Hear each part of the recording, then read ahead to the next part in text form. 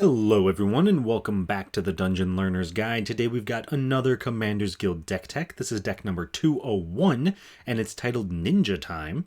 And if you haven't seen the show before, what we're doing is randomly selecting a card from scryfall.com or from among suggested cards, working with a budget of $100 or less and building a commander deck for Magic the Gathering around a theme of the chosen card.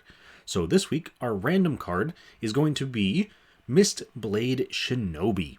And Mistblade Shinobi is 2 and a blue for a 1/1 human ninja. It has ninjutsu for a single blue, which essentially means we can return an unblocked attacker that we control to our hand, and then put this card onto the battlefield from our hand, tapped and attacking, essentially replacing it. And when it deals combat damage to a player, you may return target creature that player controls to its owner's hand. Now, when I first got this card, I was looking at ninjas because obviously it's a ninjutsu card. It is itself a ninja.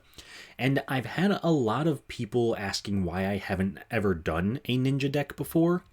And if I'm being perfectly honest, it's because until relatively recently, the only really good ninja commander was Yuriko, and I honestly had no desire to build around Yuriko because it didn't feel like it was going to be a ninja deck. It was focused too heavily on kind of high cost spells and making sure that Yuriko's in play, so I didn't want to do that.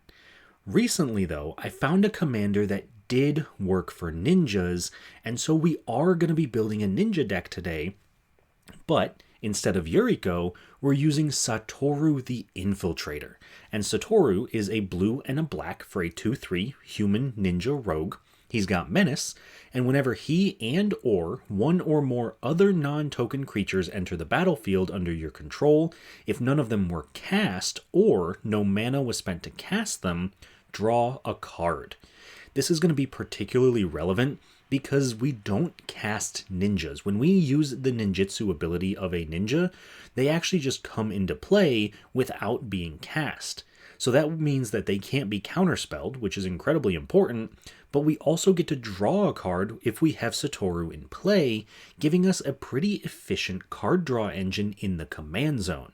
So while it's not, I think, at the level of Yuriko, it is still going to be relatively powerful and do kind of what ninjas want to do, but I think it's also going to give us a way to focus a little bit more on the ninja creature type rather than the playstyle that Yuriko wants. So with that in mind, let's move into some of our themes for this deck and pick apart kind of what makes this deck function.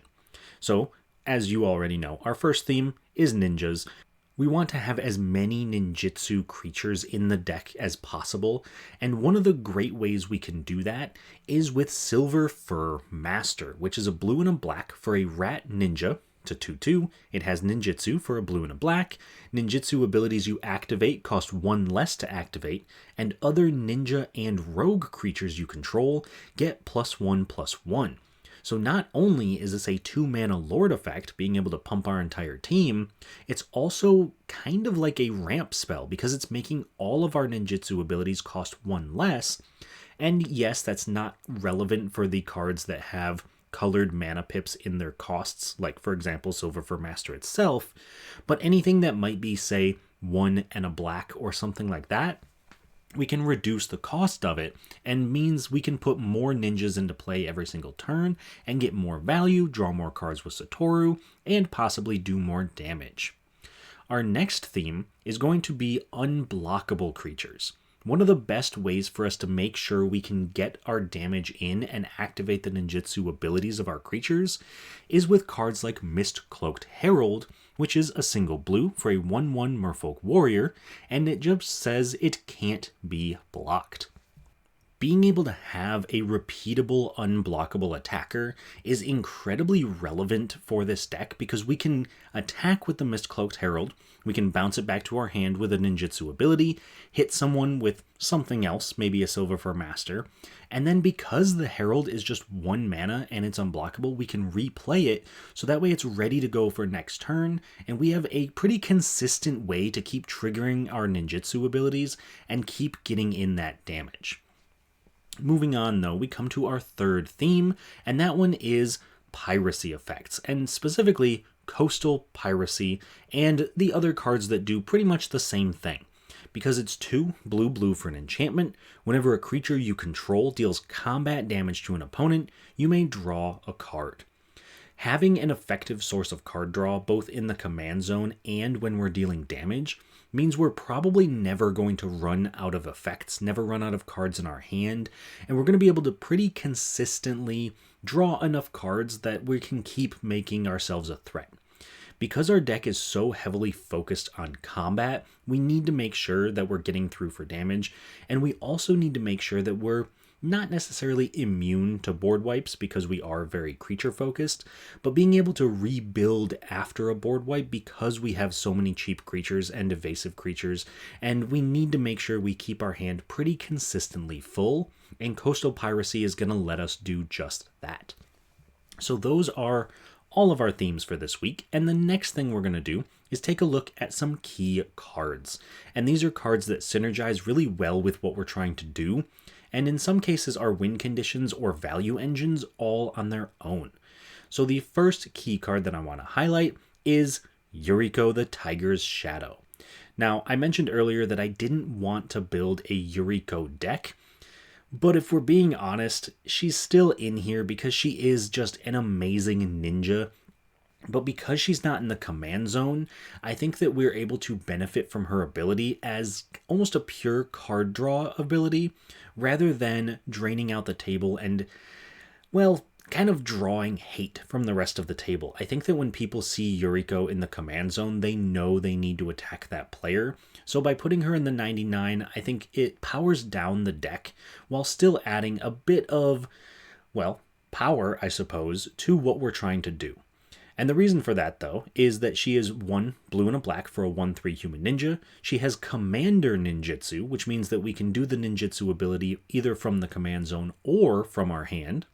And whenever a ninja you control deals combat damage to a player, reveal the top card of your library, put that card into your hand, and each opponent loses life equal to that card's converted mana cost. So this is, again, a card draw engine. Being able to hit somebody with, say, 3 ninjas means that we are going to be drawing 3 cards and making our opponents lose life equal to the total mana value of those cards. However, because this is not a Yuriko deck, we're not leaning super hard into that ability. We're not running all of the split cards that are like 9+ mana. We still have a bunch of cheap creatures. I think the most expensive card we could hit in the deck is about 6 or 7 mana. So it's not like that's our main game plan. She's really just in here to draw cards.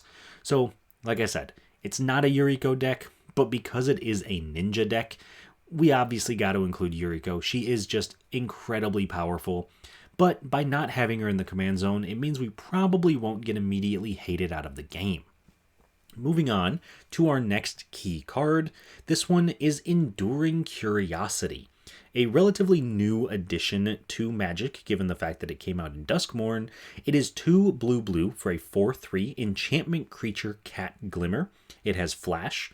Whenever a creature you control deals combat damage to a player, draw a card, and when it dies, if it was a creature, return it to the battlefield under its owner's control. It's an enchantment. So this is incredibly powerful for a couple of different reasons, and there's a reason I wanted to highlight this here instead of something like Coastal Piracy, which we talked about earlier. Enduring Curiosity being a creature means that it can trigger itself. It can hit somebody, draw itself a card. And unfortunately, while it's not a ninja, it does have Flash, and so it can come in at the end of an opponent's turn and immediately let us start drawing cards when we deal combat damage that turn. But additionally, it's kind of removal resistant, because if somebody does destroy it, it just returns to the battlefield as an enchantment, no longer a creature, so it can't die to Doomblade effects and things like that. And so if someone wants to fully get rid of it, they either have to exile it or they have to destroy it twice. And the second time is going to be a lot harder because it's no longer a creature. You need enchantment removal. So mono red can't really touch it. Blue is going to struggle with it. Black can't really touch it. It's going to be a lot harder to remove, and therefore continuing to draw us cards while our opponents dig to try to find an answer. But at the same time, since we've been drawing so many cards, we probably have a way to protect it. So I think that All of that combined makes Enduring Curiosity probably the best coastal piracy effect that exists, and especially the best one for our particular deck. Moving on though, we get to our final key card, and this one is Fallen Shinobi. Fallen Shinobi, 3 blue-black for a 5/4 zombie ninja. It has ninjutsu for 2 blue and a black, and whenever it deals combat damage to a player, that player exiles the top 2 cards of their library, and until the end of turn, you may play those cards without paying their mana costs. Initially, this doesn't seem super impactful because it does have to deal combat damage to a player, but you gotta keep in mind that's really what our entire deck is built around, so it's very likely it will continuously get in some damage, and it lets us play our opponent's cards for free. Not even paying life for those cards, we just get to cast them for free. We can play lands, we can play mana rocks, and if we get lucky enough and our opponents have maybe some massive Planeswalker or Eldrazi or some game-winning threat, we just now got it after hitting them for 5 damage. So Fallen Shinobi really does accelerate the game plan, and it kind of turns us not necessarily into a pure theft deck because that's not the goal, but it does put us in a position where stealing just a single card could be enough to win us the game. And I think that alone makes Fallen Shinobi a key card, but like I said, this is a 5/4 creature that we can get kind of out of nowhere for relatively cheap. So I think that it pulls its weight in multiple different ways, and it is usually pretty underrated. But anyway, those are all of our key cards for this week, and the next thing we gotta do is of course take a look at some cool interactions. And these are cards that synergize really well with each other, or in some cases are just fun cards that I want to highlight. So the very first pair of cards I want to talk about is Mockingbird and Prosperous Thief. And I'll be perfectly honest, Prosperous Thief could kind of be replaced with any other ninja. I really just wanted to highlight Mockingbird and how it interacts with ninjutsu, but I do think that's still worth mentioning. So Mockingbird is X and a blue for a bird bard. It's a 1/1 flying, and you may have it enter as a copy of any creature on the battlefield with mana value less than or equal to the amount of mana spent to cast Mockingbird, except it's a bird in addition to its other types, and it has flying. So Prosperous Thief is 2 and a blue for a 3/2 human ninja, has ninjutsu for 1 and a blue, and whenever 1 or more ninja or rogue creatures you control deal combat damage to a player, create a treasure token. So the reason I wanted to highlight these two in particular is because Mockingbird can come in as a copy of any creature, meaning we can have it come in as one of our ninjas, like Prosperous Thief, and then it also has flying, which gives it that natural evasion. The upside to this is that we can use the ninjutsu abilities to bounce Mockingbird back to our hand and then recast it to copy something else. So if at any point there's anything in particular we want to copy, we almost always have a way to get Mockingbird back, which is not very common for clone effects. A lot of times you kind of have to deal with the fact that when you clone or copy something, you're kind of stuck with that thing for probably the rest of the game. But with Mockingbird and any of our ninjutsu creatures, we can very easily swap around what our Mockingbird is, giving us access to the best thing on the board at any given time. But that is only cool interaction number 1, and cool interaction number 2 is going to be between Throatseeker and Kaido Cunning Infiltrator. So I wanted to highlight Throatseeker because it's one of the few ninjas in the deck that doesn't actually have ninjutsu, but it's 2 and a black for a 3/2, and it gives unblocked attacking ninjas we control lifelink. That alone is very important considering we usually want to be completely tapped out. We're not big on leaving back blockers, so we just kind of want to do damage. And we want to partner that up with Kaido Cunning Infiltrator, which is 1 blue for 3 loyalty, legendary planeswalker Kaido. Whenever a creature you control deals combat damage to a player, put a loyalty counter on Kaido. Then you can +1, up to 1 target creature you control can't be blocked this turn, draw a card, then discard a card. -2, create a 2/1 blue ninja creature token, and -9, you get an emblem with whenever a player casts a spell, you create a 2/1 blue ninja creature token. So Kaido is important really on every single loyalty ability he has, because that +1 means we can make a creature unblockable, which then means that it's going to get lifelink from Throatseeker as long as it's a ninja, and honestly, if it's not a ninja, it probably already is unblockable. Then the -2 creates a ninja, which means that we can give it lifelink with Throatseeker if we make it unblockable. And the -9, which most of the time on Planeswalkers, you don't really expect to hit the ultimate in Commander. But with Kaido getting a loyalty ability every single time we do damage with a creature, it is very likely we can just play Kaido, hit somebody with 6 creatures, and immediately get the emblem so that every single time someone casts a spell, we get a ninja, which can then possibly get lifelink with Throatseeker. So I do think that both of these cards work super well in the deck, but overall I do think they work incredibly well together. That, though, brings us to the end of our cool interactions, and the next piece is, of course, the price of the deck.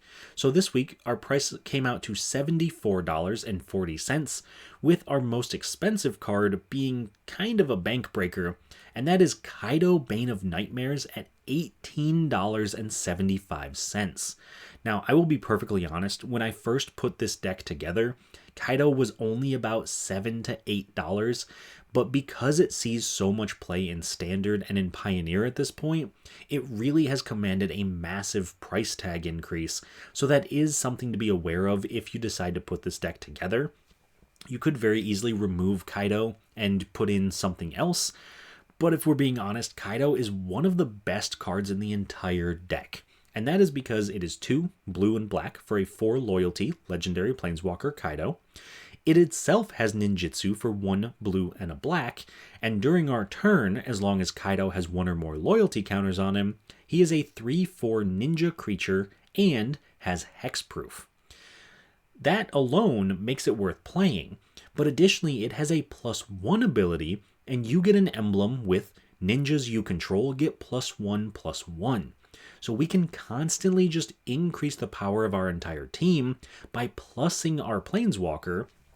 And if that alone is not enough, it also has a 0 ability to surveil 2, then draw a card for each opponent who lost life this turn. So if all 3 of our opponents have lost life, we draw 3 cards. And finally, -2, which can be activated immediately, to tap target creature and put 2 stun counters on it. So Kaido, honestly, even outside of a ninja deck, is probably pretty good in Commander, but I think that in our deck in particular, it is an all-star. And I think that if you have the money, or maybe you've got one laying around, I do think it's worth including, but I completely understand if the price tag is a little too much. Hopefully, it gets a little cheaper when it rotates out of Standard, but considering we're on a 3-year Standard rotation, that may take a while. So with that being said, that kind of brings us to the end of our deck tech. However, if you want to increase the price of this deck, or maybe there's just some cards you want to throw in, I do have a suggestion for an out-of-budget upgrade as well. And this week, I would recommend throwing in Teiko the Patient Avalanche. And of course, if you're taking a card out to put that in, then I would recommend taking out Dokuchi Shadow Walker. But Teiko is 3 and a blue for a 4/5 legendary creature turtle ninja. It enters tapped, and whenever another creature you control leaves the battlefield, if it didn't die, scry 1 and put a +1/+1 counter on Teiko. Then whenever Teiko attacks, you may pay a blue or a black, and when you do, target attacking creature can't be blocked this turn. This kind of does everything we want it to do, because it's rewarding us for using ninjutsu abilities. That's the second ability, scrying 1, putting a counter on Teiko. And then we can also make something unblockable to guarantee that we can get that ninjutsu trigger, being able to continuously put creatures into play, bounce them back to our hands, get that combat damage. So I think that Teiko does everything we want it to do. It is, unfortunately, almost $10 at $9.44, which is why it's not currently in the deck. But I do think it's a good improvement if you want it.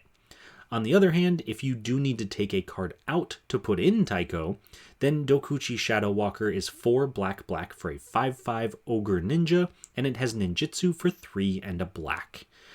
And unfortunately, that is it. This is one of the few vanilla ninjas in the entire deck. And even with its ninjutsu cost, a 4-mana 5/5 is not that impressive in a game of Commander.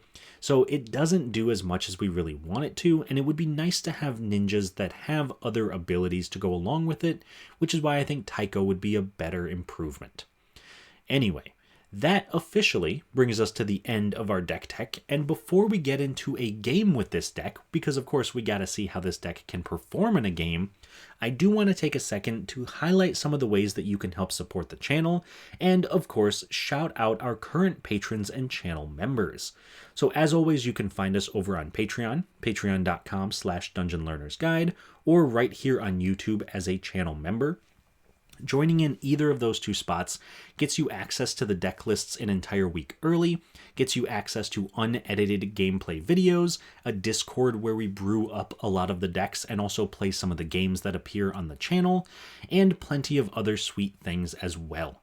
So if you're interested in that, please do check us out. And as always, a huge shout out to our current patrons and channel members. So a thank you goes out to William Swiftfoot, Doodle, Eric Hui, Ryder Cole, Jeffrey Boos, Vintage, Salty and Sunshine, Tyler Esme, Sven Van Nimwegen, Patty Wack, Keegan Tawney, Jakar, Galen, Brian Holiday, and Richard. So to all of you, thank you all so much for all of your support. And one last quick shout out, you can also head on over to Shipping Shield. We do have some codes for their stuff as well. So if you're interested in picking some of that up, check out the codes in our description so you can get a little bit of a discount.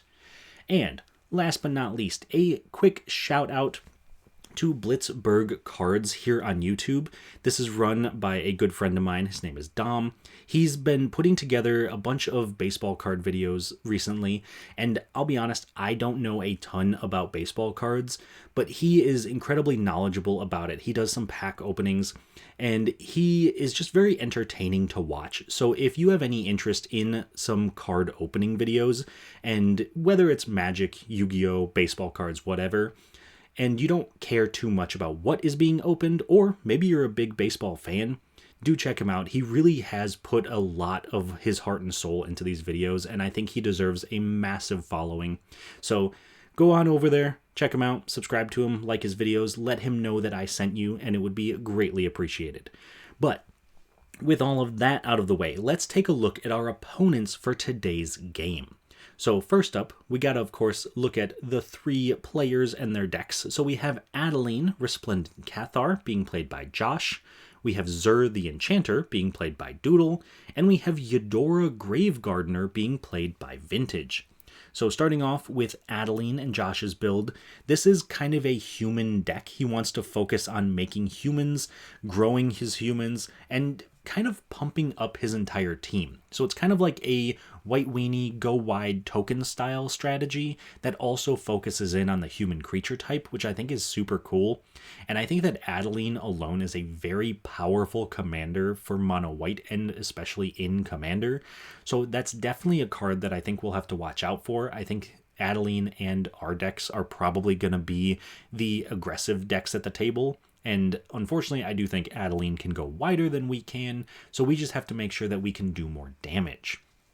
Moving on to Doodle and his Zur deck.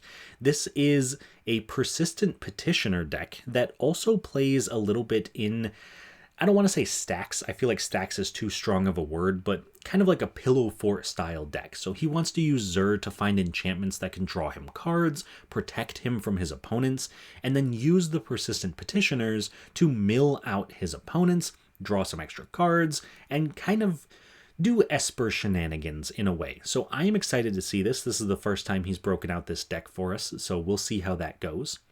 And then last but not least, we have Vintage playing Eudora. And this is kind of your straightforward mono green ramp deck.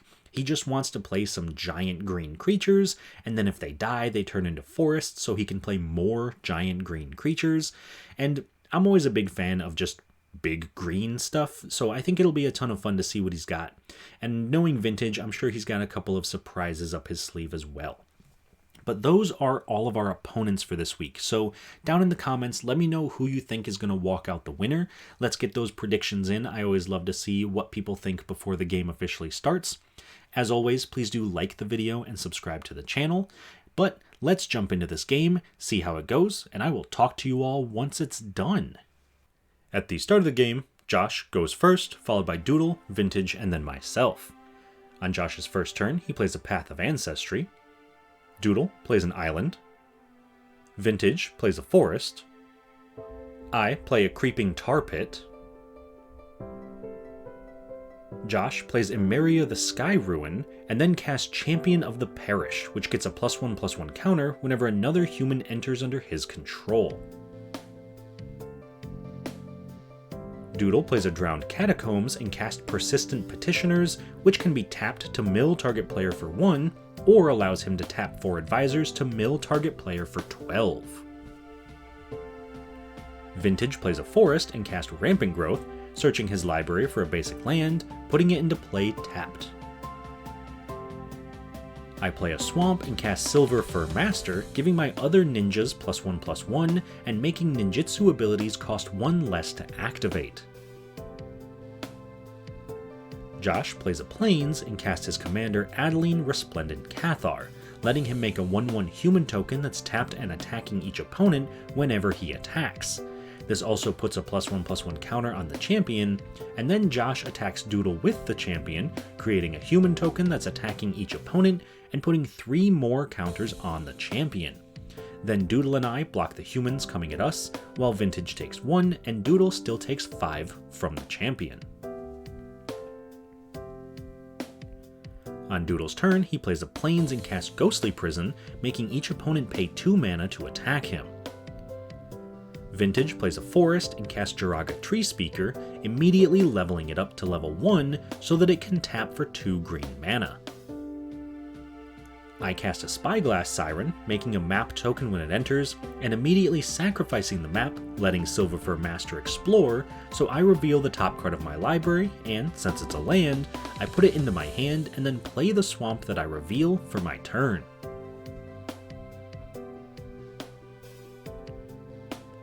Josh plays a Myriad Landscape and casts Enduring Innocence, letting him draw a card once per turn when a creature with power 2 or less enters under his control. Then he attacks me with the Champion of the Parish, and attacks Vintage with Adeline, making a human token attacking each opponent, putting 3 counters on the champion and drawing Josh a card. Then we all block the human token, killing it, while I take 8 and Vintage takes 7. Doodle plays a Sunken Ruins and casts his commander, Zur the Enchanter, letting him search his library for an enchantment with mana value 3 or less, putting it into play whenever he attacks. Vintage cast his commander, Eudora Gravegardener, now allowing him to return any of his creatures that die to the battlefield face down as forests. On my turn, I cast my commander, Satoru the Infiltrator, letting me draw a card whenever a creature enters under my control that wasn't cast. Then I move to combat and attack Josh with Spyglass Siren, and since he has no flyers and can't block, I activate the ninjutsu ability of Nezumi Prowler, putting it into play, returning the Siren to my hand, drawing a card, giving itself Death Touch and Lifelink when it enters, doing 4 damage to Josh while I gain 4. Then, in my second main phase, I play a Dimir Aqueduct and return a swamp to my hand. Josh plays a Kabira Plateau, then casts Tocasia's Welcome, letting him draw a card once per turn when a creature with mana value 3 or less enters under his control. Then he attacks me with the Champion of the Parish, and attacks Vintage with Adeline. This makes him a human token attacking each player, putting 3 counters on the champion and drawing him 2 cards. I block the champion with Silver Fur Master, and Vintage blocks Adeline with Eudora, killing both blockers and Adeline, while Doodle and I also block the human attacking us, killing it, meaning the only damage taken is Vintage taking 1. Doodle plays an island and casts Rhystic Study, letting him draw a card whenever an opponent casts a spell, unless that opponent pays a mana. He also casts another Persistent Petitioners, and then attacks Josh for 1 with Zur, searching his library for Estrogen Vacation, putting it into play as a copy of Ghostly Prison. Vintage casts Thrun, Breaker of Silence, which can't be the target of non-green spells his opponents control and is indestructible on his turn, and he also pays for Rhystic Study. On my turn, I attack Vintage with Satoru, and since he has Menace and can't be blocked, before the damage, I activate his ninjutsu ability on Yuriko the Tiger's Shadow, putting it into play, returning Satoru to my hand and hitting Vintage for 1. Then, thanks to Yuriko, whenever a ninja I control deals combat damage to an opponent, I reveal the top card of my library, make each opponent lose life equal to its mana value, then put it into my hand. On this trigger, I reveal Dokuchi Shadow Walker, making each opponent lose 6. Second main phase, I play Temple of Deceit, scrying 1, and recast Spyglass Siren, paying for Rhystic Study. Josh plays the Plains, and then passes. In Doodle's upkeep, Estrid's Invocation triggers, exiling itself, and then it re-enters, this time entering as a copy of Rhystic Study. After that, he plays a Rafine's Tower and casts Michiko Kondo, Seeker of Truth, making any opponent sacrifice a permanent whenever they deal damage to him. Then he attacks me for 1 with Zur, searching his library for a Propaganda, putting it into play and now making his opponents pay an additional 2 mana to attack him.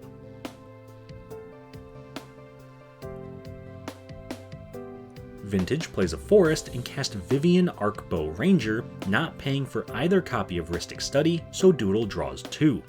He then activates Vivian's -3 ability, having Thrun do damage equal to its power to Michiko, killing her. Finally, he moves to combat and attacks me for 5 with Thrun. I play a Swamp and recast my commander Satoru, paying for only 1 of the Rhystic Studies, so Doodle draws a card. After that, I attack Josh for 1 with the Siren, and attack Vintage for 1 with Yuriko. Vintage blocks Yuriko, but since the Siren goes unblocked, I return it to my hand and ninjutsu in a Biting Palm Ninja, drawing a card, hitting Josh for 3, and then triggering Yuriko, revealing Changeling Outcast, and doing another 1 damage to each opponent. At the end of turn, Josh sacrifices his Myriad Landscape to search his library for 2 basic lands, putting them into play tapped, and still at the end of turn, he flashes in Cathar Commando, drawing 2 cards and putting a counter on Champion of the Parish. Also at the end of turn, Doodle activates a Petitioner to make Josh mill a card.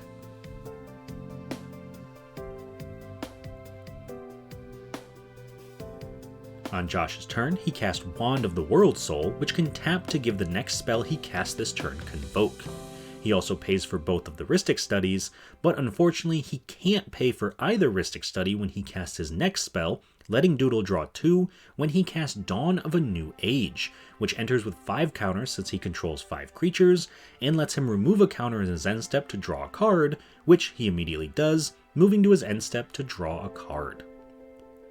Doodle plays an Arcane Sanctum and casts Quasar, Augur of Agonies, making target opponent lose a life while Doodle gains a life whenever he draws a card.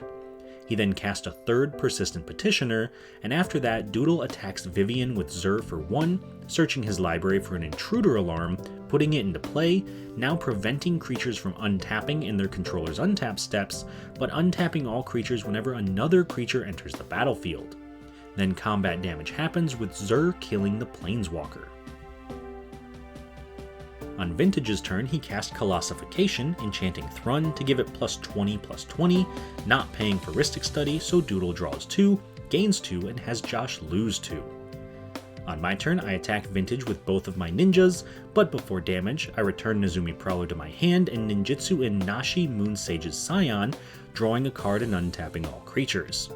In response, Doodle taps his 4 advisors to mill me for 12, then untaps them when the Intruder Alarm resolves. Finally, Vintage takes 5 and triggers both Yuriko, which reveals 2 lands, doing no damage, and exiling the top card of each player's library, letting me play one of them until the end of turn by paying life instead of mana. Then, in my second main phase, I play the island I exiled with Nashi, and cast a Soul Ring, paying for both of the Rhystic Studies. After that, I sacrifice a map token to have Satoru explore, revealing a Thought Vessel, leaving it on top, and putting a +1/+1 counter on my commander. Josh plays a Plains and activates Wand of the World Soul, giving his next spell Convoke, letting him recast his commander Adeline simply by tapping his creatures and then untapping all of them with Intruder Alarm. In response, Doodle taps his advisors again, this time milling Josh for 12, and then untaps when Adeline enters. Once that resolves, Josh casts Banner of Kinship, naming Human so it enters with 5 Fellowship counters since he controls 5 humans, now giving his humans +5/+5. He also doesn't pay for the Rhystic Studies, letting Doodle draw 2, gain 2, and make Josh lose 2. After that, Josh attacks me with the Cathar Commando, creating a human token attacking each opponent. Before that ability resolves though, he sacrifices the Cathar to destroy Doodle's Intruder Alarm. Then, Josh also draws a card and puts 3 more counters on the champion. Finally, Doodle blocks with a Petitioner, killing it, Vintage blocks with Thrun, killing the human token, and I take 6. Then at the end of turn, Josh draws with Dawn of a New Age.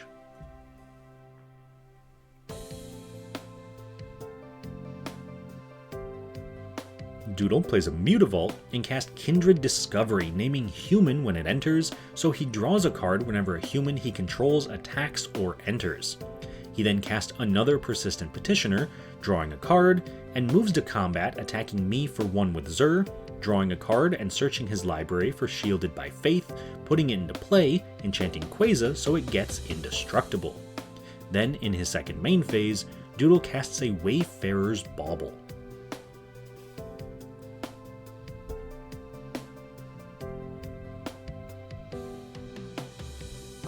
Vintage plays a Lair of the Hydra, then attacks Doodle for 25 with Thrun, paying 4 mana for both the Ghostly Prison and Propaganda. Doodle blocks with his indestructible Quasar, soaking up 4 damage, but still taking 21 thanks to Thrun having Trample. On my turn, I cast a Thought Vessel, gaining no maximum hand size, and paying for both of the Rhystic Studies. Then I also cast Biden of Thassa, letting me draw a card whenever a creature I control deals combat damage to an opponent, again paying for both Rhystic Studies. Moving to combat, I attack Vintage with all of my ninjas except Yuriko for 9, since they all have Menace. On damage, I draw 3 cards, reveal a Kaido, Bane of Nightmares, Command Tower, and Mind Stone with Yuriko, doing another 6 damage to each opponent, and then each player exiles the top card of their libraries. In my second main phase, I cast Vintage's Swiftfoot Boots from exile, unfortunately not being able to pay for Rhystic Study, so Doodle draws 2, gains 2, and I lose 2. Then I play a Command Tower and equip Yuriko with Swiftfoot Boots, giving her Hexproof and Haste. Josh activates Wand of the World Soul to cast O'Hare Tak Deepest Foundation, tripling the number of creature tokens he would create. After that, he casts Porcelain Gallery, giving all his creatures base power and toughness equal to the number of creatures he controls, not paying for Rhystic Study, so Doodle draws 2, gains 2, and makes Josh lose 2. He then attacks me with Adeline and attacks Vintage with Enduring Innocence, letting him make 3 additional humans attacking each of his opponents, drawing a card. Notably, this means he has 17 creatures, making all his creatures base power 17, then if they're human, getting an additional +5/+5. Meaning Vintage and I can't even come close to blocking enough damage, so we both take 66 damage, being knocked out of the game, while Doodle blocks the 3 attackers going at him with 2 Petitioners and Quasar, tapping them before damage to mill Josh for 12, then Josh gains 17. When Doodle draws for turn, he gains a life and makes Josh lose a life, then plays an island and attacks Josh for 1, drawing a card, gaining a life, making Josh lose a life, then searching his library for Sphinx's Tutelage, putting it into play, and now making target opponent mill 2 whenever he draws a card. Notably, the Zur trigger resolved before the Kindred Discovery trigger, meaning the Tutelage was in play when he drew his card, so Josh mills 2. Then in his second main phase, Doodle casts Dusk Mantle Guildmage, immediately activating it so that whenever a card is put into an opponent's graveyard from anywhere, they lose a life. He then draws with Kindred Discovery, gaining a life, milling Josh for 2, and making Josh lose a total of 3 life. After that, he casts 2 more Persistent Petitioners, drawing 2 more cards, gaining 2 life, and milling Josh for 4, making him lose 6. Finally, he's able to activate his Petitioners, milling Josh for 12, making him lose 12 life, knocking him out and winning Doodle the game. Alright, so that was a sweet game. Definitely a lot going on, and I think that we got a little unlucky with some of our hits off of Yuriko in that game, which I know, I said earlier, I didn't want us to be a Yuriko deck, and we were kind of relying on Yuriko for a little bit. But it turns out paying 4 mana to attack somebody because they're sitting behind a ghostly prison and propaganda tends to do a little bit to shut down the combat-focused decks, so that was really our only hope at getting through to Doodle. So other than that, I think that the deck performed well. It really drew a lot more cards than I expected, which is saying something because I did build it to draw cards. So it was very cool to see that we could draw that many cards and kind of generate that much value. And I think the deck performed well. We just got a little bit unlucky. Moving around the table to Josh and his Adeline deck. His deck also performed incredibly well. I think that if he'd had just a single more turn, then I think that he probably would have wound up walking out the winner. I think that kind of in the same vein as us, he got hindered a little bit by the ghostly prison and the propaganda. Not nearly as much because Adeline could get around it, but he couldn't build up enough of a board because of that and couldn't do enough damage to Doodle because of that. So he fell behind and then just barely slipped under at the very end thanks to the mill. Doodle, of course, being our winner of the week, did very well. I think that Zur being able to get things like Rhystic Study and Estrid's Invocation, Ghostly Prison, Propaganda, really set Doodle up to be in a winning position. And I think that having 2 Rhystic Studies was just backbreaking for the rest of the table, because putting a 2-mana tax on every spell your opponents cast is just so much mana, and it kind of puts you in a situation where you feel like if you can't pay for even just a single Rhystic Study, then, you know, what's the point in paying for both of them? So I think Doodle just drew way too many cards in that game. We definitely let him get away with it with those Rhystic Studies, but I do think that at any point, if someone had had an enchantment-based board wipe, I think Doodle's deck kind of fell apart at that point, because that meant that the rest of us had been looking at him the entire game and now we were open to attacking. So I think that his kind of control and pillow fort style strategy worked really well in this game, and it was very cool to see. And then last but not least, of course, we have Eudora from Vintage. It did pretty much what it wanted to do, just made massive creatures and ramped a bunch. I think that he stumbled a bit on his lands in the beginning, which caused him to kind of fall behind as the course of the game went on, especially when he wanted to be attacking, but having one giant creature just couldn't quite match up to the army of humans on Josh's side or a bunch of my ninjas, because surprisingly a bunch of ninjas have low power but high toughness. So it just didn't quite work out for him, but hopefully we'll get to see Eudora again in the future. Otherwise, I hope you all enjoyed the game. I hope you enjoyed the deck tech as well.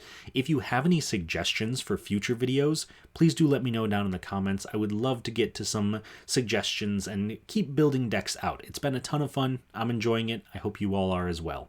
So last but not least, please subscribe to the channel if you have not already. Make sure that you're checking out the new videos. Make sure you like this one. And other than that, thanks for watching, and I'll see you all on the other side of the Dungeon Learner's Guide.